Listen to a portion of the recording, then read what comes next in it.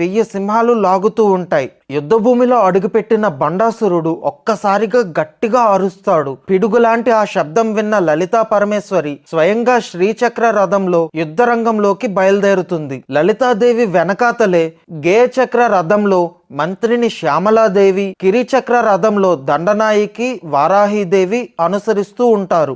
వీళ్ళ వెనక కోట్లాది శక్తి దేవతలు అనుసరిస్తూ ఉంటారు. ఈ రాక్షస సైన్యానికి శక్తి సైన్యానికి మధ్య బీభత్సమైన యుద్ధం జరుగుతుంది. వెంటనే బండాసురుడు లలితాదేవి ఎదురుగా వచ్చి పాషండాస్త్రాన్ని ప్రయోగిస్తాడు. దానికి బదులుగా లలితాదేవి గాయత్రి అస్త్రం ప్రయోగిస్తుంది. తర్వాత బండాసురుడు సర్వాస్త్ర స్మృతి నాశకాస్త్రాన్ని ప్రయోగిస్తాడు. ఈ అస్త్రం వల్ల శక్తి సైన్యంలో దేవతలు తమ అస్త్రాలు ఎలా ప్రయోగించాలో మర్చిపోతారు.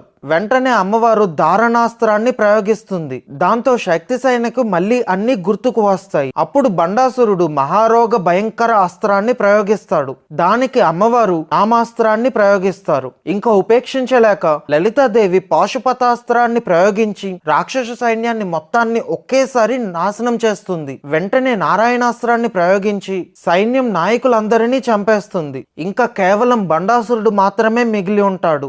అప్పుడు లలితాదేవి మహాకామేశ్వరాస్త్రాన్ని ప్రయోగించి బండాసురుడిని కూడా చంపేస్తుంది. ఇలా 4 రోజుల పాటు ఒక మహా సంగ్రామం జరిగి ఆఖరిగా లలితాదేవి విజయ కేతనాన్ని ఎగరేస్తుంది. సతీదేవి చనిపోయిన తర్వాత అమ్మవారు లలితాదేవి రూపంలో శివుడిని వివాహం చేసుకున్నారు.